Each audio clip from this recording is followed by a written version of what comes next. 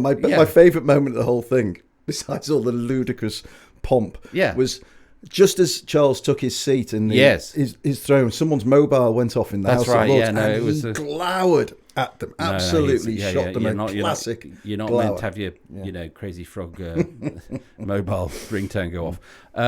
One of the things I love about, as was Queen's speeches and King's speeches now, and this is actually the first monarch speech, let's say, it's for Labour since Gordon Brown was Prime Minister in November 2009. So it's quite a thing. Yeah. First time in a very long time. Is the way that they have to include the lingo of the government of the day. And I remember the Queen many times saying, "For the many, not the few," which is like, really, and him leveling up. King Charles saying mission led. Right, and government will be mission-led. Modernisation committees, and you think, what does that mean? And to some extent, one sympathises, but it was funny. Yeah. However, I'm really used to going, not much to see there. We knew all that, and to some extent, we did, but it was substantial. I mean, I think credit where it's due. Look. Most of the answers that we really want aren't going to be, well, we may not get the answers we want, but they're not going to be answered until Rachel Reeves gives us her first budget, which is going to be after the conference season. But I thought that Starmer, by going for, nearly 40 bills or draft bills, sort of started the work of, it was like a down payment. Here's the scaffolding. He had that wonderful phrase he used in introducing it the night before, I think, that he was trying to deal with the snake oil charm of populism. And I like that very much, because I think that my personal view is, and I've written this for the New European, is that the battle between sort of market and state is over, in this sense that the battle of the next 10, 20 years is going to be between populist statism and centrist liberal statism, and that the latter is what this was all about. And so the scale and ambition of it was encouraging. Now there are huge question marks, huge gaps, all the rest of it. But just as a sort of opening shot, I think one has to tip one's cap to that. What happened? I go along with that. What happened to this a government with a lighter touch in your lives? Because there's a whole procession of heavy touches coming down the road. It's interesting because our friend of the podcast, Tom Baldwin, has written about this, and he says that people misunderstand it. I certainly did, because I thought it meant we're going to back away from your life. Less interventionist. But I think what Starmer means, and perhaps he needs a clearer phrase or metaphor, is that people won't be their ears won't be so drowned out by shrill political shouting, because his government will be so busy getting on with stuff. But I don't think he meant the way it was interpreted, and I think reasonably interpreted as, we'll get out of your way. Well, it's certainly, compared to the sort of reluctance to intervene of the Blair government, for instance, this is not that. It's totally different. And I mean, for starters, and I'm thrilled that they're going through this, although it's going to be a battle, the housing and planning stuff, which is, they want to build 1.5 million homes this Parliament, which is, to be honest, just a start. And the honest truth is that the only way that works is by invoking and using the full might of centralised power. You could say almost autocratic tendencies. I'm afraid so. It's Mussolini driving the railway through the heart of Rome and straight through the Forum. It's saying it really is. Sorry, we don't care. That's over. That's over. Yeah. And it's interesting. I'm not comparing Starmer to Mussolini. No. Well, I mean, not yet. Anyway. It's early yet, isn't it? But I think it's an interesting challenge for, Angela Rayner, I guess, will be coordinating it with her new portfolio, but so Rachel Reeves will be applying the pressure, and so will Starmer. So there was quite a bit in the speech about devolution and devolving power, and you always get a tick when you say that. You always get a tick. However, the honest truth is that the standout policy in the speech, which is the housing planning stuff, involves just putting a coach and horses through devolved power. I mean, there'll be lots of warm words about paying attention to local communities, but actually what it means, if we're honest, is not paying attention to local communities and banking some of the massive political capital he has now on this. And I think it's a great reform and it's long overdue. But it is going. I mean, there's no two ways about it. It is obviously going to be a nightmare for them. Because, I mean, people are going. It's going to set them at odds with the newly elected MPs, some of whom are there on a threadbare majority. It's going to set them at odds with Labour-run councils, who will be having to say to constituents, we've got a quota. We've got a quota. We've got to build it. There's that bit of grass, and it's now going to be a tower block. I mean, all that's true, but there've been for 30 plus years, governments have been wrestling with it, and it always comes up against the concrete block of local opposition. And I think it's very brave, Matt, just to be clear. I do think it's necessary. It is, and credit where it's due, because we, and I think justifiably, criticised him at various points during his leadership for being too cautious, and now he's not being quite so cautious. And I think that's admirable. And do you think he's doing a good enough job of linking economic growth to this policy? Well, I mean, that's such a good point. I mean, the question always has been with Starmer is, and I don't know the answer to it yet, is when those battles start to really become a problem, which they will probably, let's think 6-8 months down the line, I'm guessing. Will he have a speech, a moment, an interview where he is prepared to say words to the effect of, I don't care, because this... in the same way as he said, I'm sorry you're going to have to pay VAT on your school fees, but I have to make a priority decision. Now, this is a exponentially greater version of that, which is, I have to think about the housing supply, people having more disposable income, people being able to buy a house before they're 60, people not being homeless or living in B&Bs. It is a national problem and a national scandal.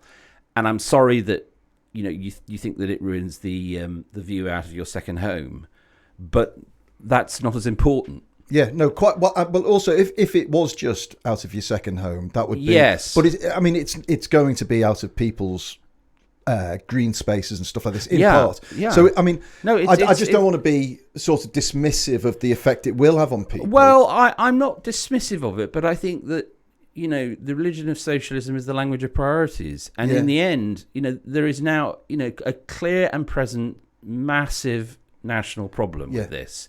And you could say, and you'd be right, that one of the reasons for that is that governments in the past have evaded it and have taken the easy route. And am I wrong in thinking, am I right in thinking that this great economic imperative to grow, which is what everything's hinged on with this Labour government, they're betting the entire farm on economic growth. And the planning, opening up the planning, will in itself deliver some economic growth because it will deliver work and that's necessary migration. Undoubtedly true, but also a better supply of housing brings down the price of houses, which means that people have more money to spend on consumer stuff, other things. Isn't it fascinating? And I mean, maybe I'm the idiot in the room here, but when you I've referenced them before. Philosophize This podcast, yes, very great yeah. podcast, and he did this series on capitalism, and it becomes really obvious that capitalism is like a pyramid scheme. It's like a Ponzi scheme. People just have to keep making more stuff and buying more stuff.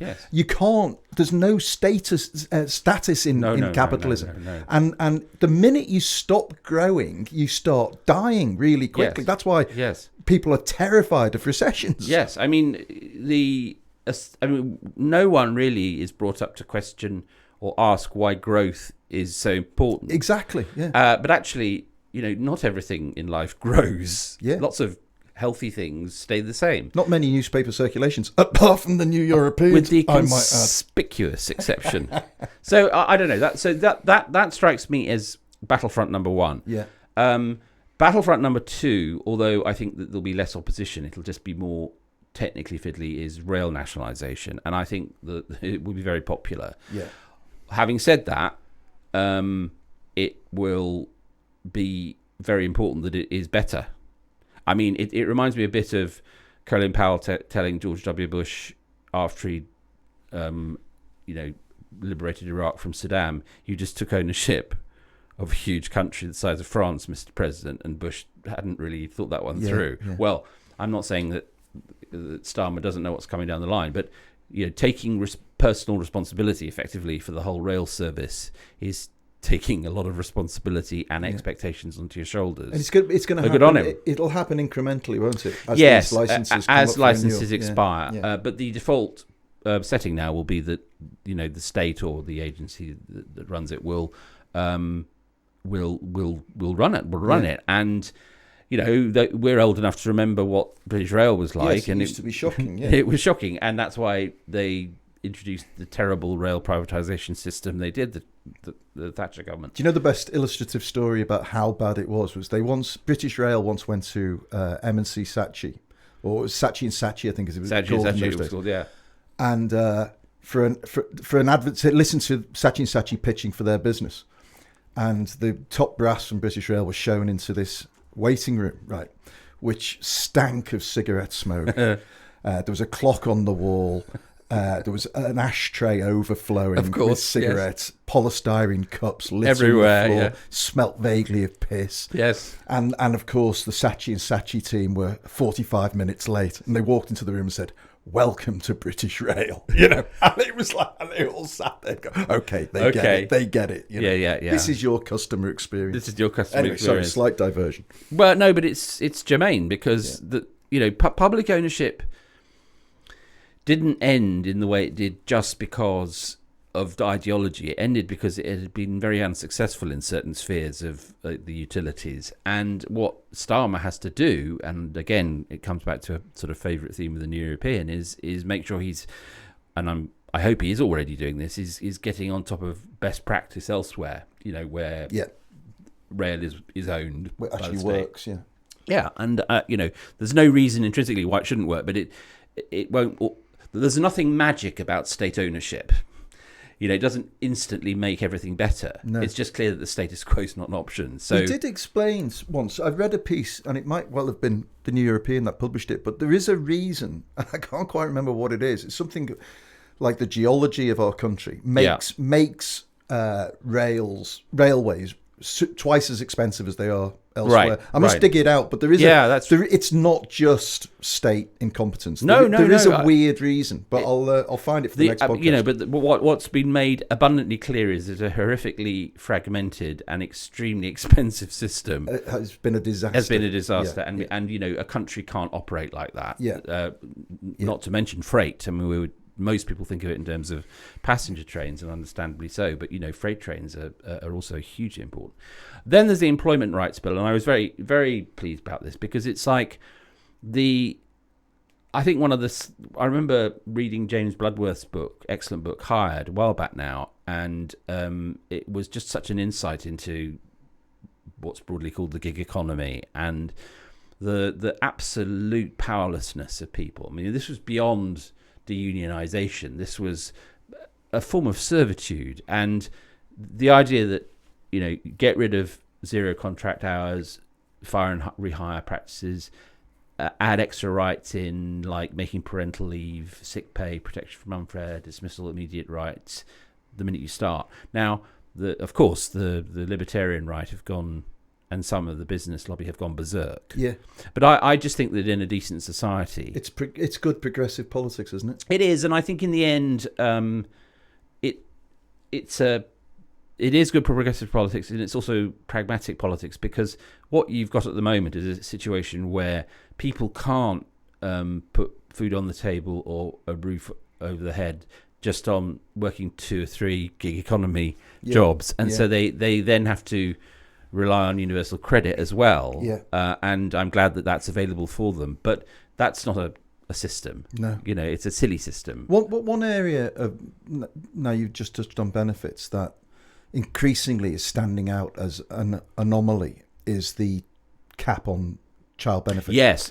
To 2 children. Massive. And I don't understand why, apart from bloody mindedness, why they aren't saying we will definitely eradicate that some point. I think that the problem with that, my strong hunch is that Rachel Reeves will remove it in her first budget. Yeah. And it may be one of the rabbits, okay? Yeah. The problem with it, and it's become, bloody mindedness is the word, because it's become a sort of, a proxy for fiscal caution. Yes. So they've set up this child poverty task force with Bridget Phillipson, the Education Secretary, and Liz Kendall, the Work and Pensions Secretary, both of them very able ministers. But, a task force is not the same as a bit more money in your pocket. Yeah, exactly. And the kind of things they're talking about, breakfast clubs, better truancy services, I mean, all that's fine. But the honest truth is that this cap has had very bad effects. Totally. I mean, and it makes no sense at all because, for instance, in Argentina, where I keep referencing because I know a little bit about Argentina. Once your third child, you become known as a familia numerosa, a numerous family, and you get extra support because that's when you need it. Well, of course. And we're looking at an economy where we've got population decline on the horizon. We need workers. We need babies. We need more babies. And I think that they know that. And I think that I agree with you. I think it would have been politically favourite to have signalled, if only in some sort of language that, when the fiscal conditions allow, we will remove this invidious cap or something. Yes. Because it's rather distracted attention from some of the good stuff in the King's speech. But as you say, maybe that is going to be the headline. I would have thought so. Rachel certainly one of them. Budget. I mean, it's not that expensive. It's the Resolution Foundation costed it as between 2.5 and 3.6 billion. That's the thing. It's affordable. It's not huge. It's iniquitous and it's affordable to solve. And you're right. It sort of symbolises. It's become so symbolic to the now huge Labour parliamentary party of the difference between the old government and the new. Yeah. So I think, put it this way, if they don't get rid of it in the budget, I think they are bang in trouble in terms of parliamentary management, and rightly so. Then you've got the new Border Security Command to stop the boats. I don't know about you. I feel that the language around that is still far too sort of law to do with law enforcement and counter-terrorism and security. Smashing the gangs thing. Yes. It might be harder than they think. It might be harder than they think, but also that's not anywhere near enough. I mean, having a sort of tough guy new command at the border, well, if that's what you want, fine, but that is not. It has to be a much broader cross spectrum. And if you want a taste of what's coming down the line at them, the fucking Daily Express this morning. This is how long have we had a Labour government now? Is it 10 days? Well, we're recording this on Thursday, so it's just short of 2 weeks. Right. So Daily Express, 60,000 illegal migrants on boats under a Labour government. To let us draw breath. No, exactly. And that's silliness. However, it is, if he is going to get rid of the snake oil of populism, and 3 cheers for his wanting to do that, he's got to deal with this in a way that is, compassionate, well-resourced, and swift. And it's a big, big task. And again, interesting to see whether Reeves finds any real money to put into it, for caseloads and all of that sort of thing. And then bits and bobs. I thought it was very light on health. Yes. There was the tobacco and vapes bill. So I was glad that went in. I thought it was a good idea. So, and it means that Rishi has a little teeny weeny little legacy. I wonder whether it's just me being more bitter than I need to be, but I wasn't glad, and I'm not comfortable with all the mutual backslapping especially over how dignified Rishi was in his leaving speech. I mean, yes, he made a good speech and he looked more relaxed, and as you said on the WhatsApp group, he said he looks a million times happier. Yes, I mean, I think he's genuinely, he's like someone who's had a he's been reprieved from death row, and it's not a nice place to be. And I'm happy for him, but we shouldn't. And I hope that the tone of political discourse is more. I'm not worried about it being less aggressive. I'm worried about it being more productive. Yeah, and I just don't think that we should. All of these people get dignified as soon as they leave office. Yes. In a way that I think's utterly inappropriate. Well, it's a problem, isn't it? Because actually, that picture of which I found amazing of Oliver Dowden, Angela Rayner, Starmer and Sunak, it was always in the newspaper back in the old days. It was sharing jokes with a friend, or right, laughing about nothing, right?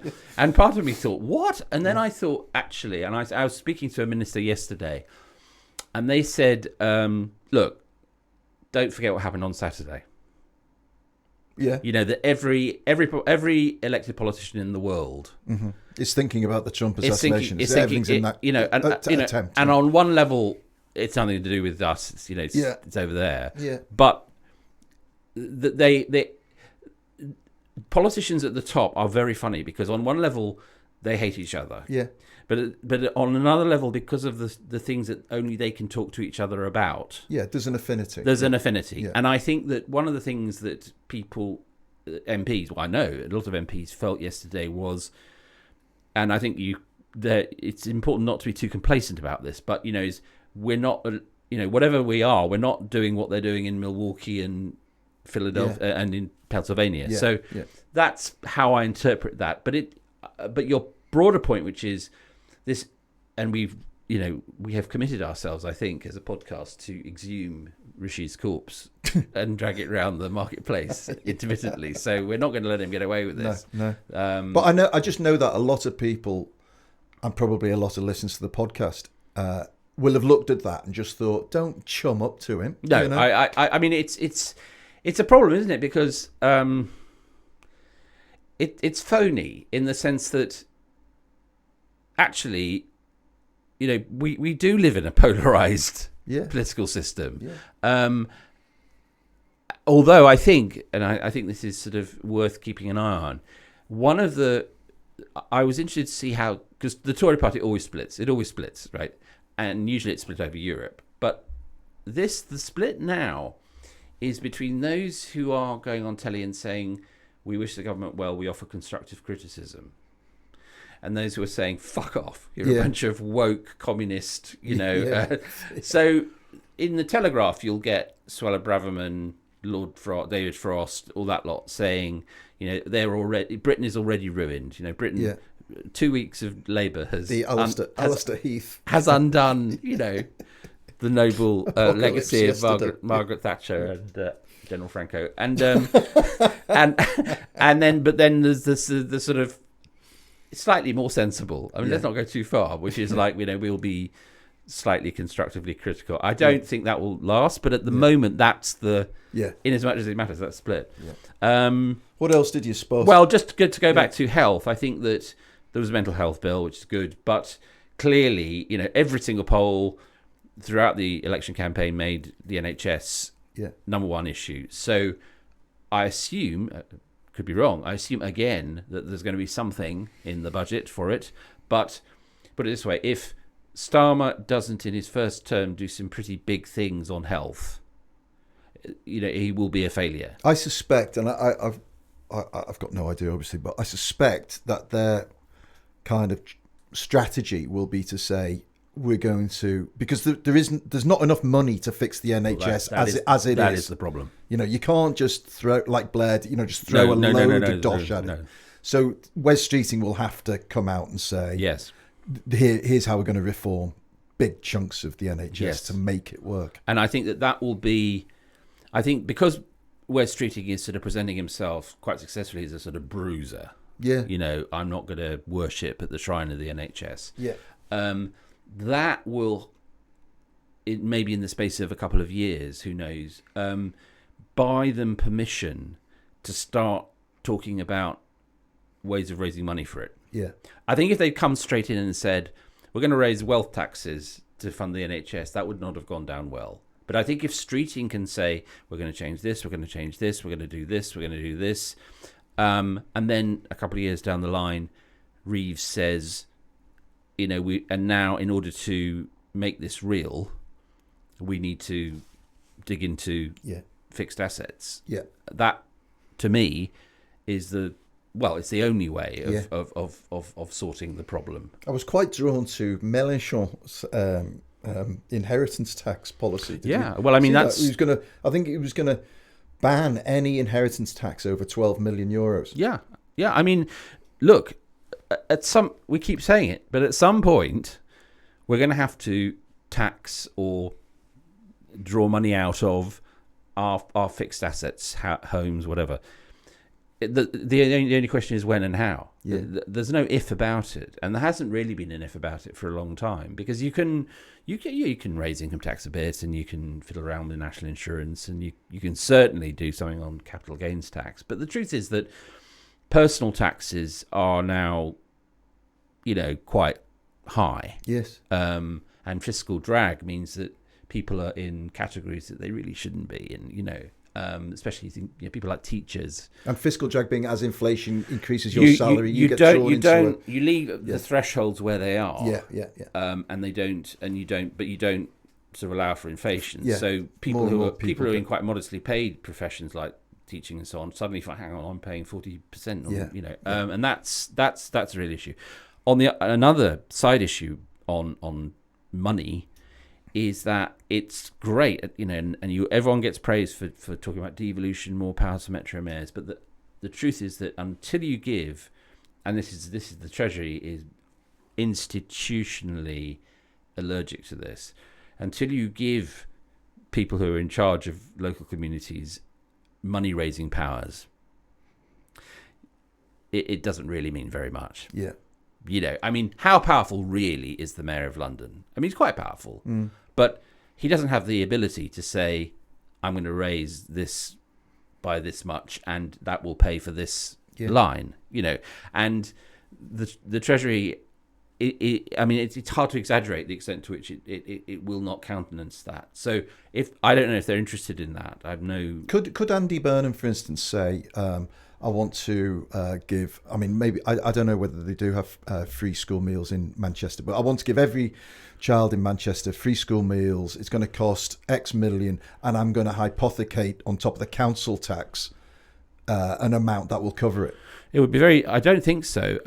Because the council tax, he could raise, you can raise council tax if you like. Yeah. But what you can't really do is significantly kind of play around with real tax. Not real taxes, but you know what I mean. Yeah. What you can't do is say, like in Scotland, they actually pay more tax. They can. When I was in Germany at the Scotland-Hungary game, about 3 well-lubricated Scotsmen started talking to me about how much the fact that they pay about 1,500 quid more tax than I would. Yes. Which you can see how that burden would be aggravating. None of this is, there are political reasons why this has not been allowed, because, the memory of the sort of the muscle memory of the British state is of the it's from the 80s, and the thought of, what if Hatton had the power to raise taxes in Liverpool, right? Now, one could have an argument about maybe it would have been a good thing. I don't know, but that's the sort of, when you talk about Whitehall, they think of Hatton and Red Ken, which is in fact 40 years out of date, and we need a much more 21st century approach. And Hatton tried to work his way around that and got threatened with all sorts of But if you're serious about devolution, and everyone talks about it all the time, it's the answer to everything, right? And in some respects it is, but if you're going to do it, you have to do it properly. Yeah. And I am not sure that the British state, as presently configured, is sort of culturally able to absorb that idea. When he, the King first mentioned the phrase English devolution, yes, I instantly thought, does he mean that there's going to be an English Parliament? As there is a Scots Parliament. I'd be very surprised. Yeah. I think what you're more likely to see is more sort of regional structures, and they can be very good or very bad. They can be just talking shops, or they can be, in the manner of the Metro Mayors. They can be useful and speak for... I thought Andy Street's last stand on behalf of HS2, was the mayor of West Midlands, during the Tory conference, was magnificent, because he made the point on behalf of his community, while the leader of his party, the Prime Minister, was saying the exact opposite. Yeah. Now that's devolution. Yeah. And when Sadiq Khan took issue with when Starmer, as then still opposition leader after the Uxbridge by-election, over ULEZ and emission, the emission zones impost was, that's devolution too. Yeah. A Labour mayor saying, sorry, we're going to go ahead with this. So that's the problem, is you have to decide how much mutiny are you prepared to put up with. Yeah. All right. But anyway, I mean, what I find energizing about this is that it's not a blueprint for morning in Britain, right? It's not a transformative agenda, but it's the basis of something that could be. And it certainly puts, I think this is fair, it certainly puts to bed the idea that Starmer's just a Tory with a red rosette. Yeah, it absolutely nails the idea he's got no plan. He's got a lot of plans. He's got too many plans, but maybe. Remember how everyone was saying a year ago they don't know what he stands for? Yeah. Well, they know now. Yeah, they do. Can I make two tangential observations about yesterday, about the state opening of Parliament? One, we've had 3 days of swearing in, and we've had all this bloody West End pantomime stuff going on, right? We've had a whole week of business and nothing's happened. Yes, I know. It's absolutely, and given the fact that Parliament works about 6 weeks anyway, it's a big chunk of time. Yeah. So I think there's a case for saying, can we just digitise this and move on? Yeah. Absolutely. Well, my last point is BBC, ITV, Radio 5 Live commentators, we all know who fucking Black Rod is now, right? You don't have to tell us like it's the first time we've ever seen it. Every time they talk about, and here's Black Rod. Now Black Rod, and he will now have the door. Century. We know. Enough. We know. That's that would be a fantastic ban, wouldn't it? Yeah, going on about just straightforward state censorship. One is permitted to bore on about Black Rod. With the threat of imprisonment. Good. I like that.